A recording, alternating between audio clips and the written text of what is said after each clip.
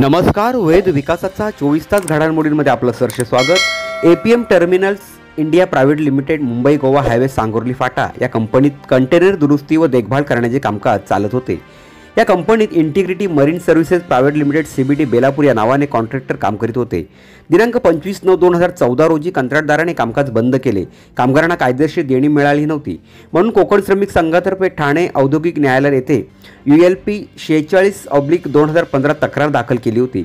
संघटनेच्या general secretary doctor Shruti Mhatre यांनी 9 वर्ष कायदेशीर लढाई केली। 9 वर्षाच्या प्रदीर्घ लढाईनंतर दिनांक 7/8/2024 रोजी सदर प्रकरणात कोर्टात सर्व पक्षांमध्ये समझोता घडून आला।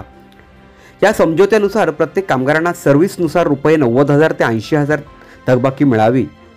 सदर पेमेंटच्या चेकचे वाटप आज रविवार दिनांक 25/8/2024 रोजी संघटना कार्यालय येथे जनरल सेक्रेटरी व कामगार नेत्या श्रुती म्हात्रे, एकनाथ ठोंबरे व एपीएमचे MHR हेड योगेश ठाकूर व संपूर्ण कामगारांच्या उपस्थितीत वाटप करण्यात आले।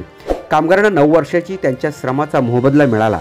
गणपती व कृष्णाष्टमी या सणाच्या तोंडावरती कामगारांच्या हातात चेक देताना कामगार आनंदी व समाधानी दिसत होते। कामगारांनी डॉक्टर श्रुती म्हात्रे, एकनाथ ठोंबरे, योगेश ठाकूर यांचे मनापासून आभार व्यक्त केले व संघटनेला शुभेच्छा दिल्या।